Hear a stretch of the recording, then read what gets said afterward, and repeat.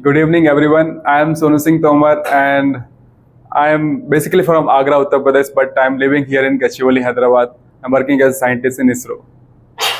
We all have something common between all of us. We all have family. We all have friends. It was 15th of August 2023 last year at 8 p.m. I went to my father's room, and because it is his dinner time, so I asked him, "Shall I bring the dinner?" He said, "No, no, no. He's not willing to eat." I said, "What?" Because you have to take medicines.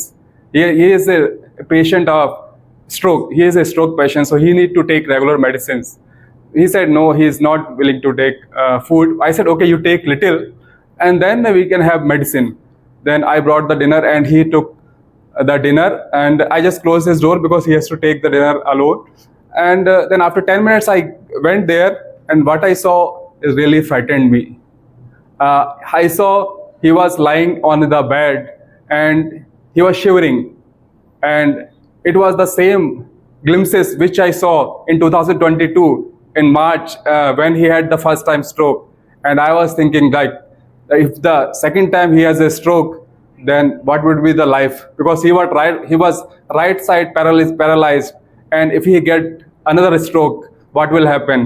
And with this thought in my mind, I rushed to the living room, and then I asked my wife, "Let's call ambulance because we need to rush, because in stroke the time is critical, every second counts." And then I called the AIG hospital, Gachibowli, you may be knowing. So we called the ambulance guy. They are saying that they need a paramedics, and it will take some time to reach the ambulance.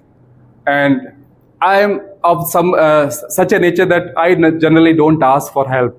And I was in the new society where I just moved in just 15 days back. So I didn't have much friends also. But my wife, she is a different person. She put a message in the society group that father is having some stroke kind of things, if anybody can help. And after a few minutes, when I was on phone with the ambulance guy, the doorbell rang, and a couple came running, and he asked, "What happened? Let's take him to the hospital." And I said, "I'm already on the phone. I'm calling ambulance. They may come, but it will take some time." But they said we should rush.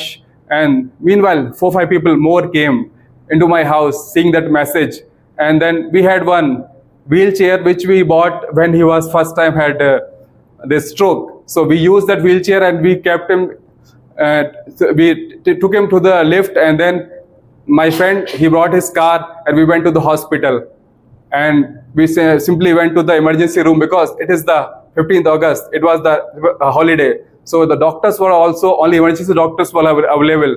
So one of those people who came, they talked to one of the doctor, which they knew. And somehow he was sent to for MRI, because that is the critical thing to know whether he is having a stroke or not. And I was sitting outside the MRI room thinking, what will happen if he has the second time stroke? Then the doctor came, and he said, "You need not worry. He is having the seizures, which are normally the after effects of the stroke. Because if you have once a stroke, there are some scares in your mind and brain which may trigger the seizures." And I was relieved. But he said, "You have to have at least for 2 days, we will keep him in observation." And I said, "Fine." And he was shifted to the room. I was sitting beside him in the room on the chair for attendant. And I was thinking that, was I am fearing, I have learned few lessons in this whole around 2-3 hours of struggle, that is asking is the sign of weakness. It is not. Asking for help is not the sign of weakness. It is something we all should do. And we should not always think that we should always ask from our family or friends. We can ask to anybody, anyone else, and all are human.